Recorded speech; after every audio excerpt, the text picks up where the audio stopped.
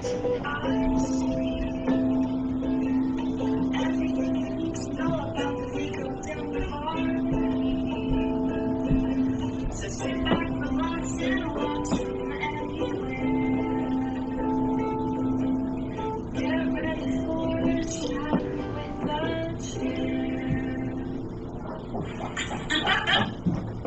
evening. I'm Joe Etling, Chair of the Vigo County Democratic Party. Welcome to Chat with the Chair. Hope everybody's doing great. Beautiful day out there today.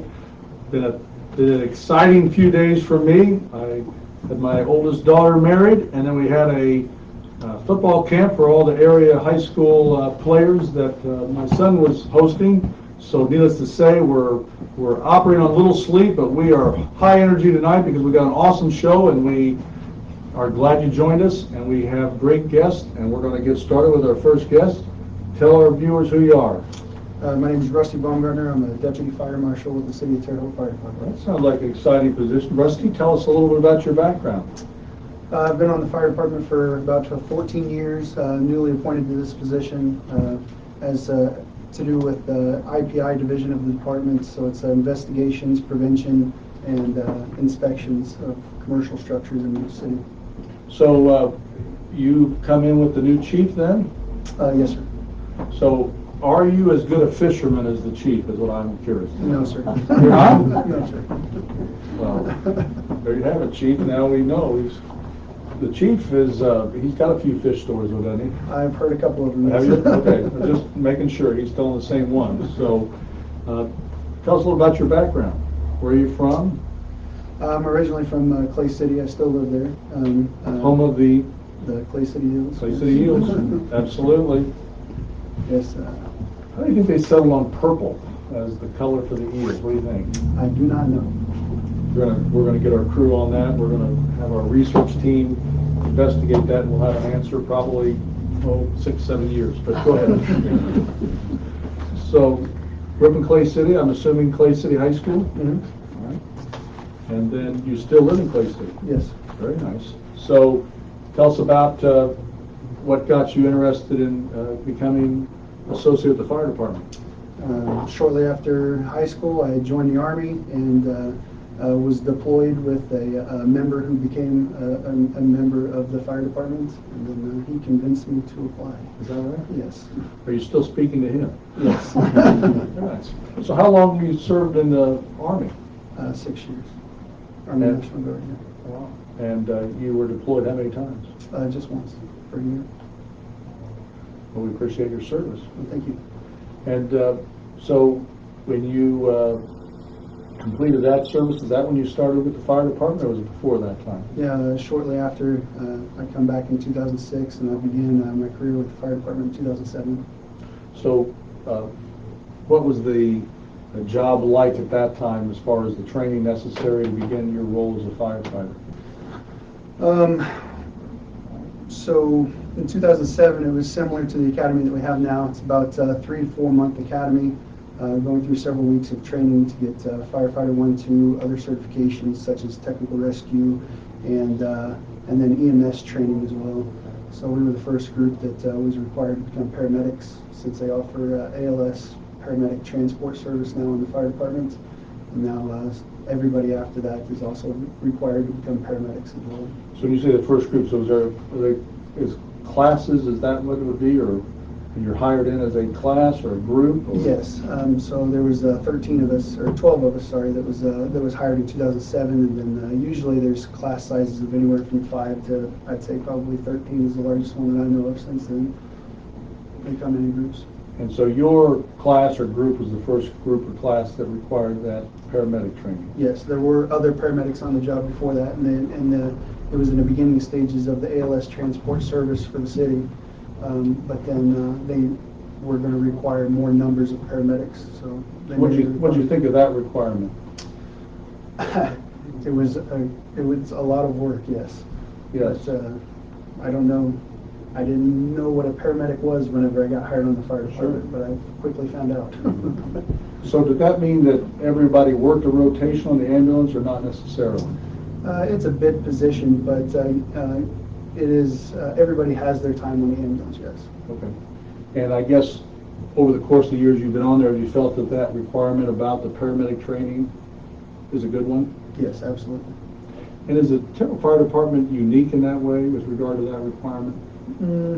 There is, as far as compared to other fire departments, Yes. there's many models that people follow. So there's BLS non-transporting or BLS transporting, ALS transporting, ALS non-transporting. So we're one of 4 models, but we do provide the highest level of care while transporting to local facilities as well. So in my opinion, yes, it is the best model out there. Well, the fire department is very professional without a doubt, but I still, and we talked about this a little bit with the chief, that component, that paramedic training seems to be awfully unique in many ways in this area, and it's just a great thing, and hopefully we can get that promoted more, that that's actually a requirement for your training, because I think that's unbelievable with regard to when your people show up on the scene of emergencies and other occurrences. Yes, sir. So tell us about kind of your job responsibilities as they've evolved into your current position now. Me personally, I went through the paramedic school. I worked as a private, which was a roamer, roaming around from different fire apparatus and EMS apparatus as well. And then spent some time on a bid position, so regular time, about 2.5 years on an ambulance working as a paramedic. And then delved more into the fire side, and I went for promotion. Was able to promote to lieutenant, and done that for 3 years, and hopefully on the horizon is another promotion to captain. So what point do you learn to go down a fire pole? When do you do that? That is day one. Is that right? Yes. So what's the secret? The secret is use the legs for friction and not the arms, so you don't peel your skin off. Good tip. Good tip. You don't just pick that up every day. So have you installed one in your house? I have not, no. Thinking about it. For structural support member, yes. There you go. Now, can you actually climb up the fire pole as well? Yes. And do you have to do that as part of your training? I do not have to do that. Have you done it though? Maybe. Maybe. We won't get into your state at this point, but we'll leave that unanswered.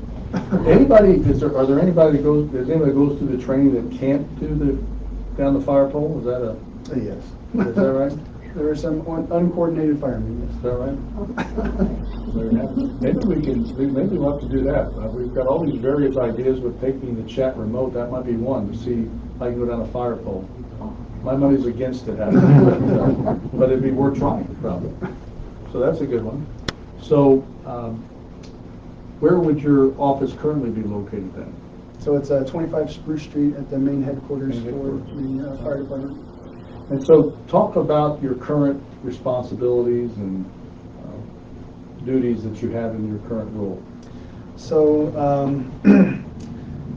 we inspect, do annual fire safety inspections for about 1,300 commercial structures within the city, making sure that there are no code violations, that they're safe and operational, and that they have adequate fire suppression systems if required by code, sprinkler systems, extinguishers, make sure exits are cleared, that type of stuff.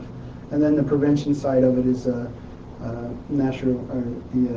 October it hits really hard, but we visit schools and teach fire prevention, try to get early citizens to know the dangers of fire and what to do if they see a fire or smoke. And then there's investigations. So we do have fires. We have about 11,000 runs per year in the city, and we do have structure fires and illegal burns and many different types of fires throughout the city, and then we investigate them to see if we can find what the cause of that was. It seemed like that back in the day that about the extent of that was stop, drop, and roll. Yes. Is that still a thing? If you get fire on you, but yes, there's a common misconception with kids, and they get that stuck in their head about stop, drop, and roll. But what we want them to know is if they're inside of a house and they see smoke, it's don't hide, go outside. Don't hide, go outside. That's a good phrase. Yeah, that's a good one. So, what would you say would be, from the prevention standpoint, the most important item or items that you might pass along to our viewers? Teaching young kids the dangers of misuse of fire. So we want them to know that it's a very serious matter and that it's not something to be played with, because accidents can happen and people can be hurt or even worse by fire. So the importance of respecting fire. So does that occur primarily in the school, or is there other places where that message is being delivered? It is delivered through other public relation events like Night Out, but most of it is through schools, yes. That's where we have their undivided attention. Now, you've got a mascot? We do have Sparky the fire dog. I've seen Sparky. Is Sparky the fire dog a mascot unique to the Terrell Fire Department, or is that a national mascot? It's a national mascot. National mascot. Are we looking for a local mascot? What do you have in mind? I don't have it actually specifically in mind. I'm still trying to promote, maybe we have a different look in the fire department. We'll get you guys out with some, plaid blazers or something. What do you think about that? I'm not sure. Not sure about that? I mean, the navy looks good on you, though. I mean, so we could spice that up a little bit. We'll have to talk to the chief about that. But, but the mascot, though, so do you ever have to dress up as the mascot? When I was a newer firefighter, yes. Is that right? Yes. So how hot is it in the mascot costume? Well, it depends on ambient temperature, but usually pretty warm. Yes. Is that right? Well, this is, and I assume we keep that a kind of a secret. Who is the mascot? Right? Right. So, is there a time of the year that you find that there's more of that going on, or is it just consistent throughout the year as far as the education and the prevention discussion? Usually, it is throughout the year. We try to always keep that message alive. But October is National Fire Prevention Month, so that's when it really gets hard. Is there historically a time of the year where you see there's more fires that your department has to deal with? Yes, throughout a couple times throughout the year, and then one of them is when the weather changes from hot to cold, and people start turning on their furnaces that haven't ran all year, and usually we have an increase in fire runs at that point in time. And so that would be home fires traditionally. So yeah. Now during this time of the year, and then good into early fall, I assume there might be people that are out camping and using campfires. Yes. So illegal burns, people doing spring cleaning and burning materials in their yards that they're not supposed to, or the misuse of fire for various reasons as well. Usually increases whenever it's warmer. And then accidents, people using fire to do work or anything like that, it gets out of hand, yes. Now within the city itself, that burning is not permitted, is that accurate? There is an ordinance that says that you can use it to cook, but there's criteria that needs to be met for that to be legal, yes. Now, I think that you see a lot more advertising, and you go to these stores that are home improvement type places, a lot more fire pits. Mm-hmm. Would you say that's accurate? Yes. How has that impacted what you're seeing on your end with regard to either injuries or house fires or other items getting? As far as an approved fire container, that's what we prefer, because that's what the ordinance says. And that contains the fire. It also keeps it from spreading accidentally and getting larger, so we would prefer that. Right. Usually it's the homemade version that runs into trouble. Okay. But would you agree that there seems to be a lot more use of those fire pits than there may have been when you first went on the job, or has that been pretty consistent in your experience? I'd say it's been pretty consistent. Okay. So the other thing, of course, that we see, I assume, this type of year, and particularly with the Independence Day, 4th of July approaching, that people are using fireworks. Yes, sir. And could you talk about that and what your recommendations would be, particularly with regard to the safety aspect of that? So the use of fireworks does increase this time of year, summer, and then especially around the 4th of July. So what we would like people to know, first of all, that fireworks can be fun, but we also have to respect them because they can cause problems. Fireworks are usually annually in the country responsible for starting over 18,000 fires. and 12,000 injuries, and usually annually 5 to 10 deaths. And 50% of those injuries are usually adults or young adults and children 20 years and under. So it is very serious. But some things that we can do to make it safer is, number one, don't use illegal fireworks. Make sure that we follow state ordinance. And I don't want to interrupt you, but so I assume when we say don't use illegal fireworks, that if you're purchasing it in Indiana, then you would assume that it's legal? I mean, how would our viewers know that necessarily a firework is illegal? if you can go to an approved fireworks store that has a permit that actually sells fireworks to people off the street, anything that you can buy there is usually legal. Okay, so that'd be any approved If it's done retailer correctly. in Indiana, they should be comfortable that they can use it. If they have a valid permit and do follow the law, yes. Okay, all right. So never use fireworks with during the, or under the influence of alcohol or drugs. Make sure that anybody around the fireworks or the person using the fireworks is wearing eye protection. Never hold fireworks in your hands. Never light them indoors. Make sure you're outdoors away from structures and people and overhead obstructions. Never point it at another person. Only use one device at a time. And do not relight any dud fireworks that do not go off. Don't approach them. Have a bucket of water or garden hose around to where you can wet it down and cool it down so you don't have an accidental discharge. And then the last part would be kids. So kids have like I said, over 50% of the injuries are kids related. And young kids should not use fireworks. Older kids should At all? Well, At all? I would not recommend anybody under 5 using fireworks. Okay. Older kids can use them as long as they're supervised by a responsible adult. And usually the fireworks that we give to kids thinking that they're safe is sparklers. So we just want people to know that sparklers burn at over 2,000 degrees. That's hotter than the temperature that it takes to melt steel. It'll melt clothes. It'll drop on their feet and burn their feet. It can start fires inadvertently. It can cause injuries. So be very careful with sparklers. And young kids under 5, we recommend using a safer alternative, glow stick, confetti poppers, something along the lines. Yeah, I think they've been handed sparklers to kids ever since they were this tall. Yes. So, but those aren't a safe idea. Not for young kids. Older kids, where, like I said, under the supervision of a responsible adult, yes, those can be safe. 2,000 degrees. 2,000 degrees is usually the temperature of sparkler. Wow. That's quite a thing. So the fire department isn't saying don't use fireworks, is that right? No, we're saying use them responsibly. Okay, so those are some excellent pointers that you had there. Are any of those that you notice particularly more than others as far as being problems that you see that when you go to a scene and you're seeing injuries or fires, that are any of those in particular that we'd say let's really put this at the top of the list of let's not do this year? I would say using fireworks under the influence of drugs or alcohol, or using them in a safe that's not clear from any exposures that could catch on fire. Well, then that's we would recommend because obviously, particularly around the 4th of July, we got people oftentimes with cookouts and other gatherings that maybe they're consuming some alcohol. So Yes, sir.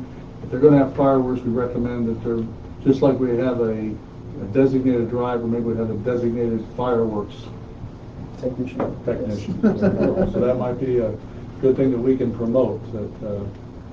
Because again, you're not saying don't use fireworks, but use them responsibly. So that's a good idea. And of course, we're going to see that. And last thing we want is to have people injured or killed as a result of trying to celebrate with fireworks. So, with regard to your department and what the things that you're doing, I know that the chief's come in and he was a great guest for us earlier talking about some things that on the horizon for the department. Anything that you're able to share with us as far as what things and plans are underway with your particular position?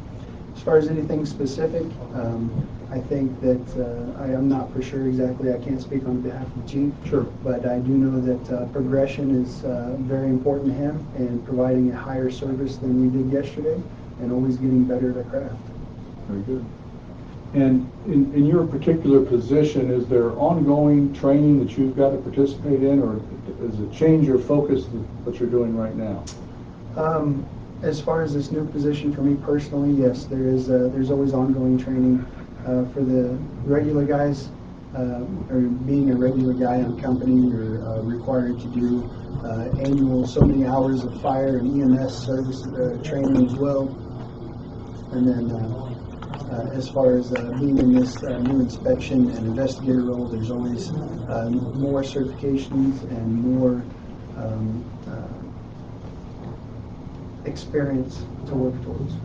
And if any of our viewers have questions, are they able to reach out to the department and get those questions answered? If they do have questions, for instance, about whether a firework is legal or about maybe a particular method that they're doing some outdoor cooking or fire pitting, is there someplace they could call to find out more information? Absolutely. So they can call the front office and they can ask for anybody from the IPI division. We have the IPI chief. We also have multiple deputy fire marshals that can answer those questions. They can also reach out on the state level, the state fire marshal's office. That's great. Well, we know you've got other meetings tonight. We appreciate you taking time out of your busy schedule to come see us, and we appreciate your service to the country, and we appreciate your service to the city. And again, there's some excellent tidbits you gave us tonight too with regard to fireworks, and we hope that everybody stays safe on the 4th of July coming up here. Any last comments you have for our viewers that you might want to pass along with the things that have taken place with the department? I would say just be safe and always educate your children about a fire action plan in case that you have an emergency at your home. Very good. Well, thank you very much. We appreciate you being here. Great job tonight. And again, make sure you're safe. And the Carroll Fire Department is encouraging you to celebrate with fireworks, but to do so responsibly, to make sure we ensure that everybody's staying healthy and safe. We definitely don't want that. And so those are some great reminders this time of the year. So we appreciate him. We would invite him to stay, but he's got business with the department, so we do appreciate that because that's some great information to us. So we've got a new guest that's come on set here, and why don't you tell our viewers who you are? I'm Bryson Williams, and assistant coach for the Indiana State men's basketball team. Well, welcome. How many minutes you been in town? Yeah, I feel like a long. These minutes seem long. Is that right? I'll tell you that much, but everything's moving fast. Got out of the vehicle. We got you on TV. We're moving you here. So talk to us about your background. So I'm from St. Joe, Missouri, and about 30 minutes north of Kansas City. And so that's where I was born and raised. Then went to Northwest Missouri State, which is a Division II up that way in Maryville, Missouri.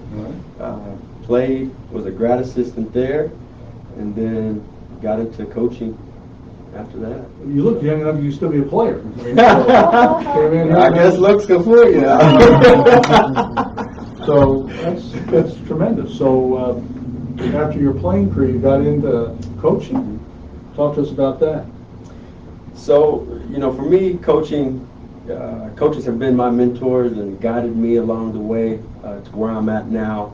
And, starting in high school, I had Coach Book, Chris Neff, Coach Williams, and then, those guys really just showed me, developed me outside of the game, or just as a person, and mentored me. And then going to college, I had Ben McCollum up in Northwest, which I talk to every day. That's my go-to guy, and those guys kind of ingrained in me to give back and to serve. And for me, after I was done playing, Coach Mack gave me an unbelievable opportunity. Hey, come back, get your master's degree, coach a little bit. And so I took that opportunity.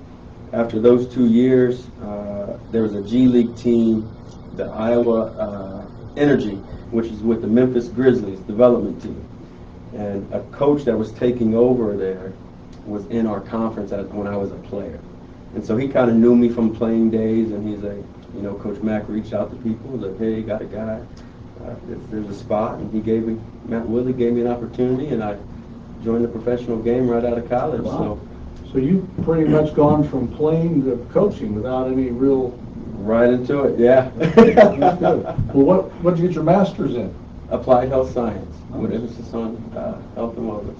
So what was it about coaching that drew you to that profession?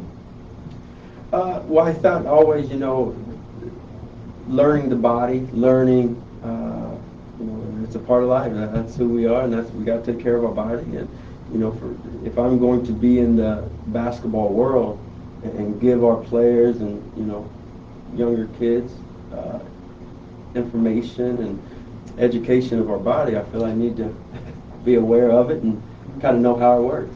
So you just a basketball guy, or played all sports growing up? Younger days, I played a little bit of everything: baseball, football, basketball, did some track. Once I got to high school, it was football and basketball. So. Any other activities did you participate in? Speech, debate, theater, ukulele playing? No. At elementary, I was in percussion. Is that right? I did some drums. You ever played ukulele? Nope. No. Tell you, one of the best ukulele players you're ever going to see is Tyree Key. That guy can play ukulele.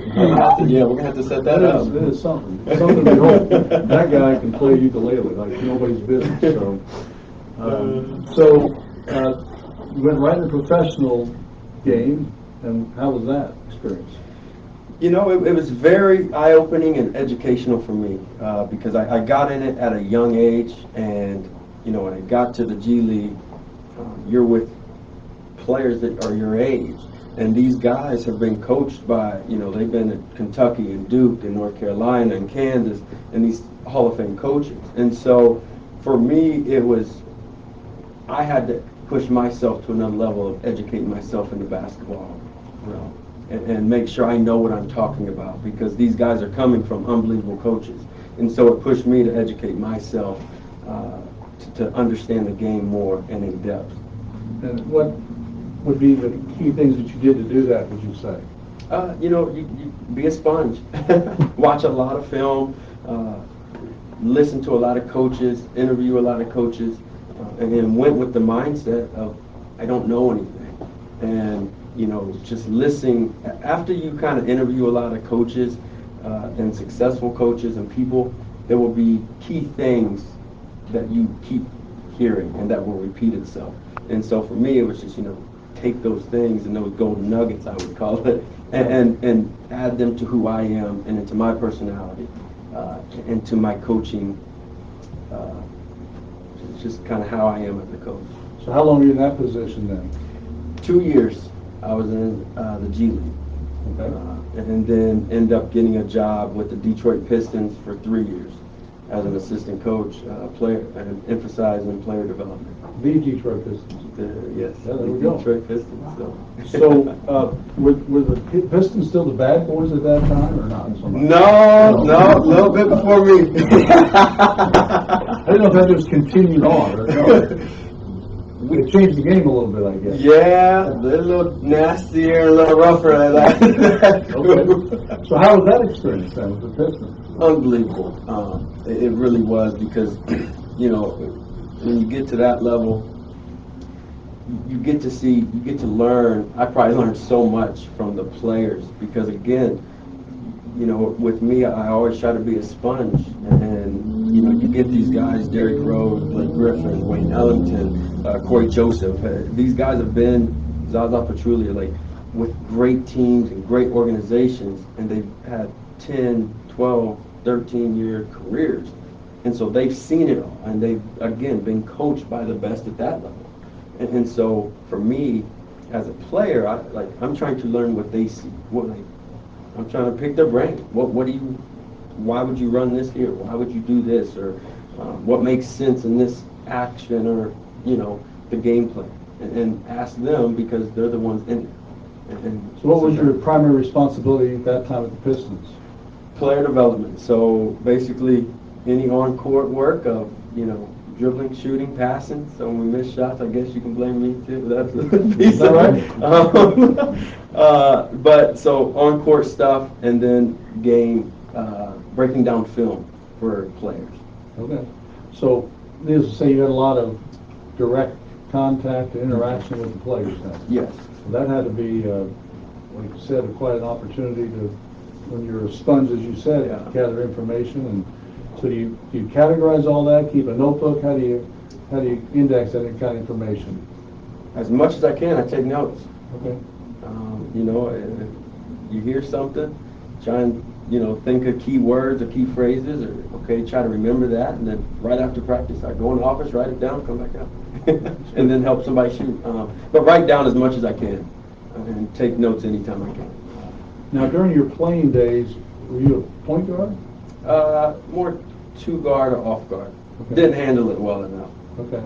So what, with regard to player development, you were coaching all positions then?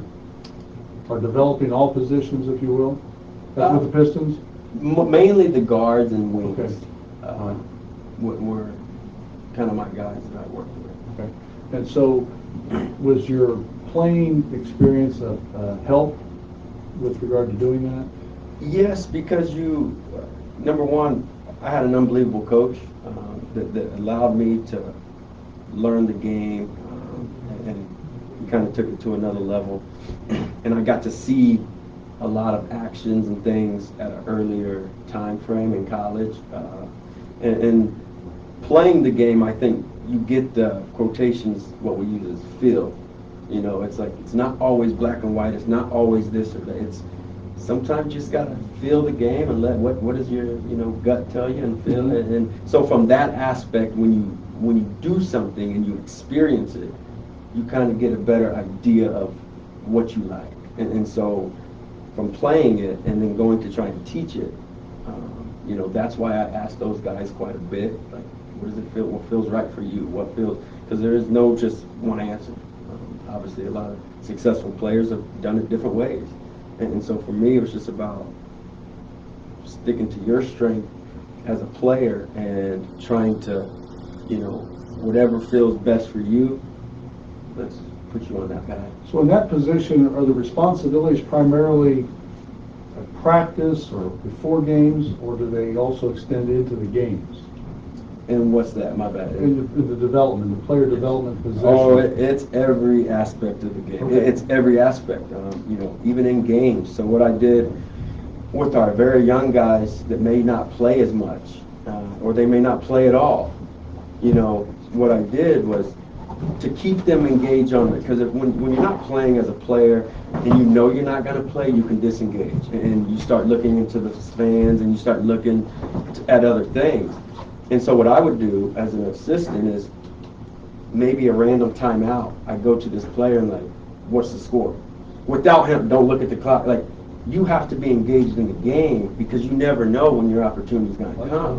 And so I may ask him, hey, what's the score? Or how many timeouts do we have? Or who's hot for us right now? If you go in this game and you don't know how many timeouts we have, that could lose us a game. Or, if you don't play much and you can't execute what we're about to do, coach isn't going to play you. So every aspect for me was to help these players be prepared for their opportunity when they got in the game. So during the games, is that in the development position, you were on the bench during games? Correct. And would you be then interacting with players who were in the game, for instance, when they came out, it might have been a regular rotation, or are there other positions, the coaches that dealt with those? So there's about 3 of us player development coaches. Okay. And so it can be different people. There may be time I go, there may be a time another coach says something. If I see like the front bench, because we're behind the bench, so like the top assistants, if they already addressed something that I seen, I'm not going to say anything. See, that's a very interesting point because, I coached for a number of years, and you could probably follow me around and pick up some pointers, but I'm thinking back to my early years of coaching T-ball. And I had a lot of kids in the outfield picking dandelions. So I handled those kids pretty well. But I never even dawned on me that you had NBA players maybe looking in the stands. But that's a very interesting. The best thing is if you want. Thank God you can't have dandelions there. They were trying to get trust me. It's all the same. You know those ones with those things. You just blow it up. Those dandelions, those things. They drive me nuts. Yeah, it's tough to talk about. So I coach him out of that, though. It took us some training. You got to coach him out. That's elite coaching right there. It is elite Coach you on coaching. that. I'm going to ask my crew, those aren't dandelions. What are those things called? They have the little, you blow them. There's something. We get the crew on that, too. Yeah. Somebody's at home probably saying, there's something. Yeah. So 3 years there with the Pistons, and where'd we go from there? Here in Indiana. So during the times that you were at the Pistons, was it always in player development, or did your responsibilities change at all? It was always player development. Now I emphasized in shooting. So I was in Memphis. Wow. I was I was with a guy named Bob Tate, which he was a shooting coach, and he was with Blake Griffin, Jason Kidd, Luke Walton, Mike Miller, and he taught these guys how to, like, it was a breakdown of their form, a breakdown. And so when I was actually in Memphis, they was like, hey, can you help rebound? And I was like, sure. Once I learned, like, I was around him a little bit, and he started teaching all these points, I was like, shoot, if I can learn this and add this into my, repertoire of knowing and understanding and educating others, I can go out now, and if I get a kid that's never played and he's 8 years old, like, I have keys and tips and things on how to start his jump shot. And so I took it all in, and that is kind of gave me the opportunity to come to Detroit, actually. Wow. So you have a nickname? No. I'm thinking about the shot doctor. Call you the shot doctor. What do you think? We got, shoot. I don't know. That's We're going to see how Tyreek shoots this year. You're going to be the shot doctor, or you're going to be sick. One of the two. Yeah, that's what I'm about to say. I hope it goes well. So, any pointers for our young or old shooters out there? What's the tip you got? No lift, no shot. How about that one? You got a little No lift, no shot. You I like that. Yeah, I do like that. So, what about any other pointers, maybe? This is what I think with young kids is, and it's very tough because with the day and how the game is going with Steph Curry and how these elite players are playing at such a high, the shots they are taking are becoming more difficult, longer, away from the rim. I think youth is getting away from the fundamentals of starting in close. I would seriously say, start almost inside the free throw line, and you should just really focus on your form, your balance, holding your follow through and making your shot just kind of one motion. Because what happens, what happens is we come in the gym and you see these kids, they just start shooting half court shots, and they're pushing everything. Yeah. And so now that becomes a habit of pushing, and now, you just develop bad habits, and you want a fluid motion. So I think we just you got to start in close, and never forget that the fundamentals are fundamentals for a reason. You point out habits, and this is transition a little bit from our football camp yesterday, but my son was talking to one of the things he mentioned, and I think he was quoting Coach Carroll, but he said that every time you step out on the field in football, whether it's practice or game, you're developing a habit. Maybe a good habit, maybe a bad habit, but it's a habit. That is it. And the key is that we are thoughtful of that we're always working on good habits, because you're either going to develop a good habit or a bad habit, and you're going to continue to repeat that habit. So if it's a bad habit, create a habit. Talking about one way or the other. Yeah, one way or the other, create a habit. And you're right, that ever since that 3-point line was brought back in, It's all kids want to do. it's all the kids stand up, and that's an excellent point. So we'd encourage the parents out there with their young hoopsters to get them inside. Yes. If you're putting the court out, don't put the 3-point line out there, and really work on that short, mid-range game. That's good advice. Now, you were with the professional league much later than when I was growing up, and back, in the 70s, and so, of course, the attire the coaches wore was very You guys are a little more stylish. Yeah.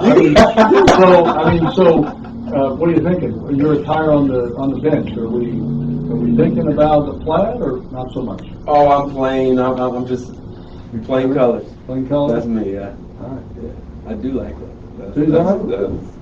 this guy's coming back. I like this guy. I love this guy. So that's good. So, of course, you're in the NBA, living large, and, and living like us all. you're top of the profession here, and so how did Coach convince you to come to Indiana State? Well, it was a little bit of both.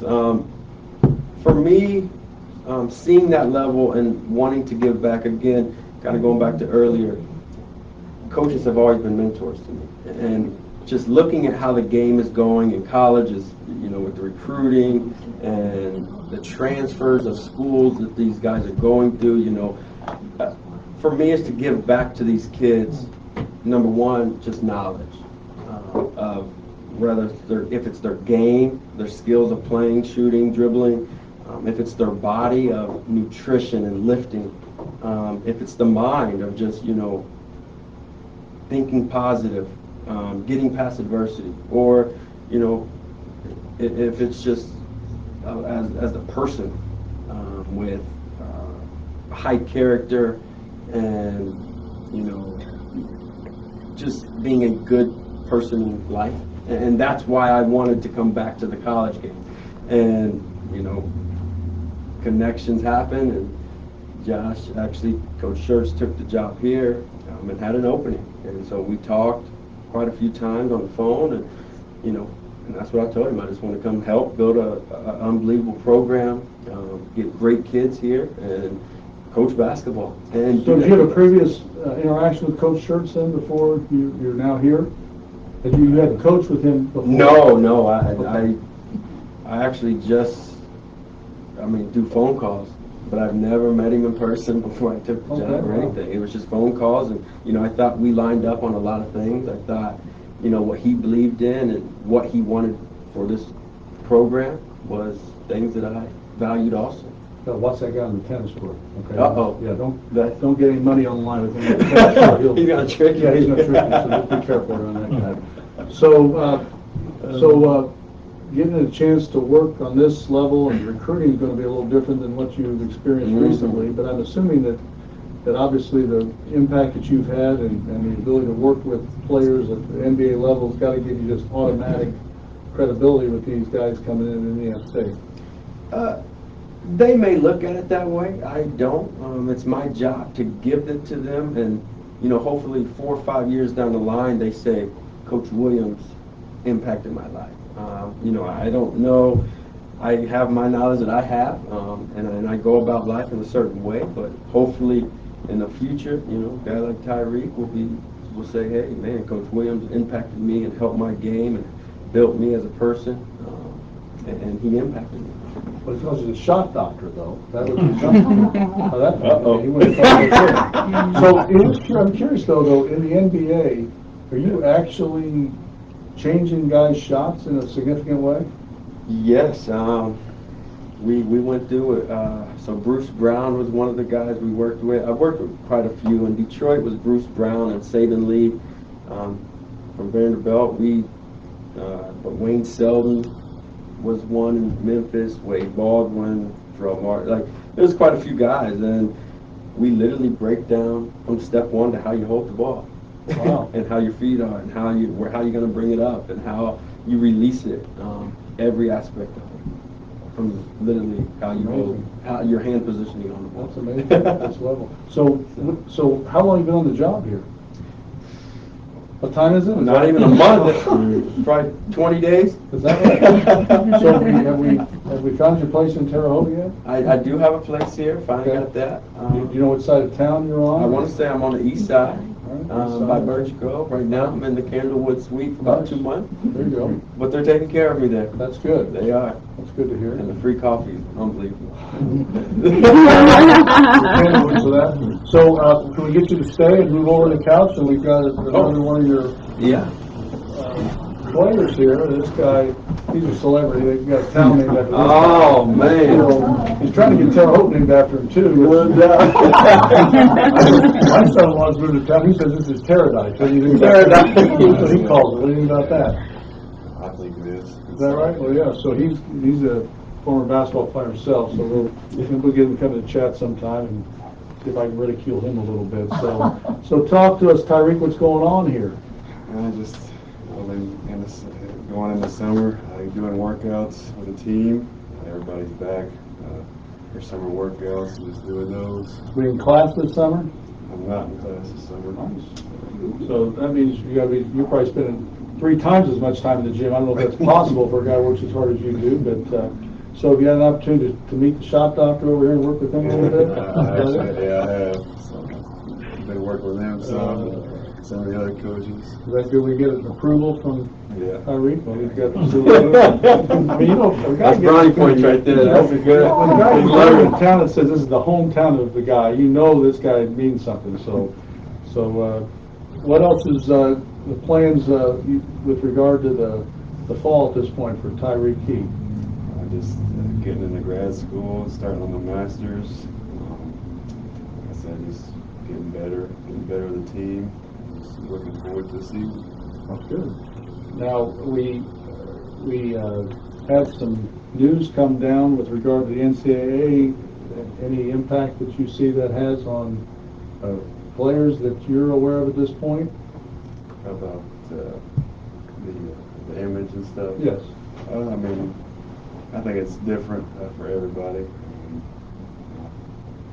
I don't think it will impact me much, but I think for players that got big time profiles, it's got a lot of followings and stuff like that. It'll be beneficial for them maybe, but not really. Were you on social media yourself? Yeah, I am.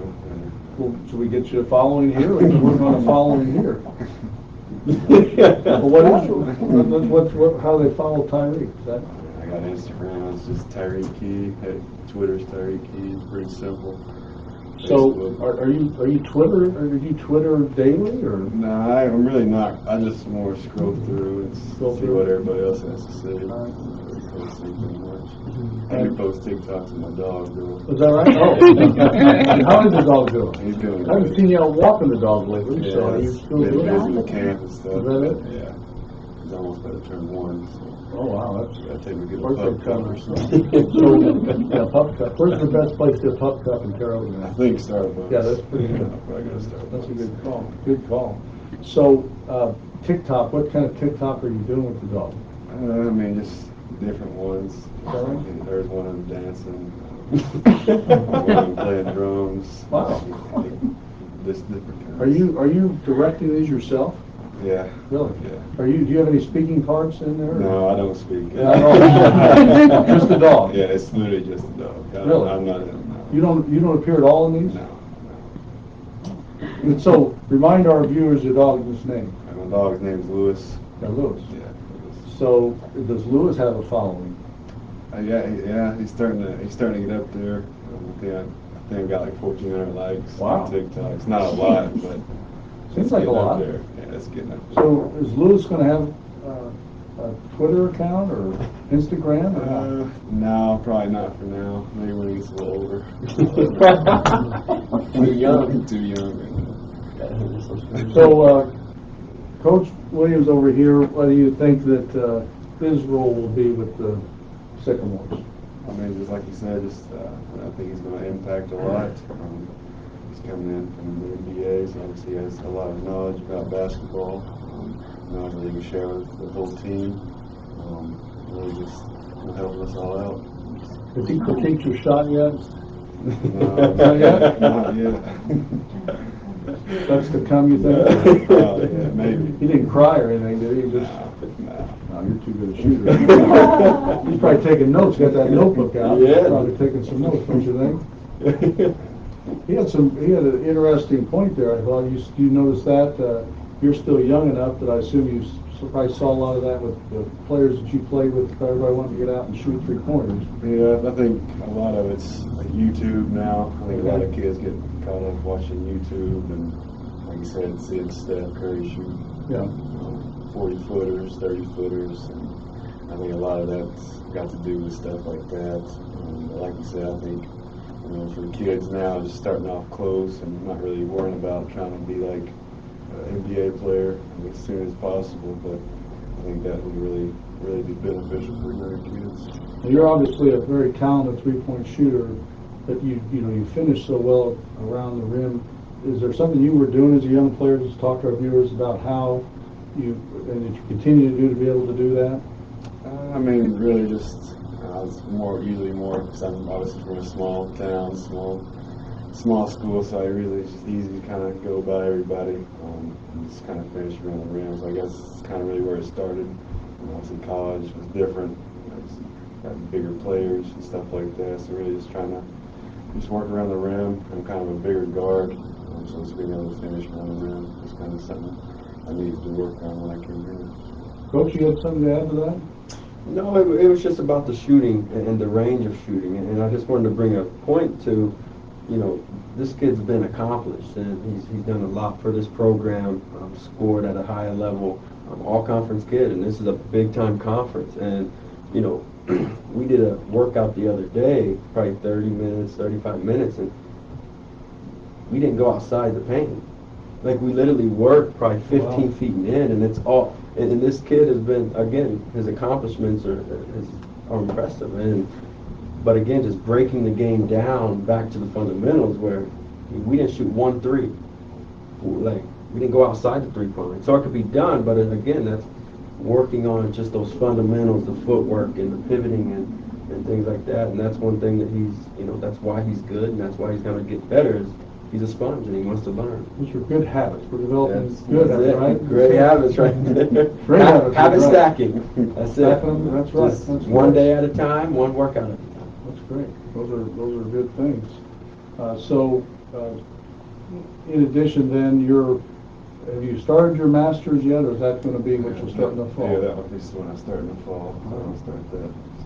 And has the coach, have they talked about the schedule yet at this point, or do you know if we're participating in any, we don't know yet as far as any preseason tournaments or that? Do you know? We do have I want to say November 18th, I think we go to Myrtle Beach, like 18th to the 21st, I believe.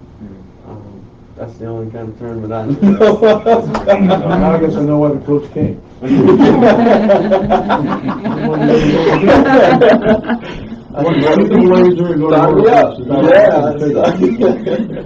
So,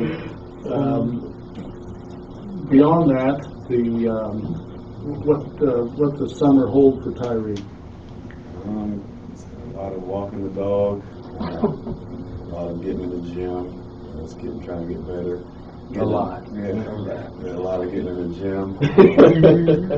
Just getting to know the players better, bonding with them. So are for the most part all the players in Terre Haute? Mm-hmm. And so you got some new players that you've had to meet. Mm-hmm. How's all that going? It's going good. Like I said, we've been doing camp. We were down in camp last week and this week, and we've been doing early morning workouts. So obviously working out with them and doing those type of things kind of gets you to know a little better. Like I said, it's a long process. Are your new teammates as talkative as you are? I'm not really the talkative type. Oh. I know your new coaches seem to think that you don't have a problem talking. I mean, you kind of got to rap like you weren't a talker, and then all these new coaches think they can't get you to be quiet. I don't know about that. So the camps that you've been participating, are those youth camps? Yeah. What's the participation been like in those? It's been good. Like I said, just trying to teach the fundamentals to kids, how the game should be played. That's really the biggest focus in the camps. So you realize what a role model you are for those young players when they come to you, and of course you probably think back to when you were going to those camps and looking at players. What's it like now to be the guy they're looking up to? I just try to represent the university to a high standard, myself, my community back home, and just try to teach my knowledge that I have so far, and just try to give that back to them so they can take it with them and get better every day. You definitely represent the highest level. There's no doubt about that. So you definitely pride of the university and your family. I know that. But what did you say with the young guys and gals that are at these camps? What would you say the primary message you're trying to deliver to them? Like he said, just fundamentals. I think that's something that gets lost with little kids. Like I said, going back to YouTube, and it's really a lot of kids on their iPads nowadays watching YouTube. NBA players really making crazy plays. So I think just fundamentals, really just focusing on that right now, and then obviously as time progresses, we get better, we really start working on the game and stuff like that. How do the young players respond to that? I mean, they respond good. I think they understand, especially coming from us players and stuff like that have been through it and it's got to this level of what they should do and stuff. So they listen really good. You know, both of you made a great observation about that. I'm curious, and Coach, you could jump in here too on that. And Tyreek, you've obviously worked the camp for years. Has there been any changes in the format and or the individual that you're doing to try to get kids to kind of stop just automatically gravitating to three-point line, to maybe teach them to work on that skill? You know, I just think through the drills you do, just trying to do drills that force them inside the three-point line or layups, and understand, like, it's okay to go get a layup too. Right. It's worth 2 points. And so you just try to, you know, again, you just try to make sure that message is strong, that, you know, this is important. But now it's a fine line, because you still want them to have fun.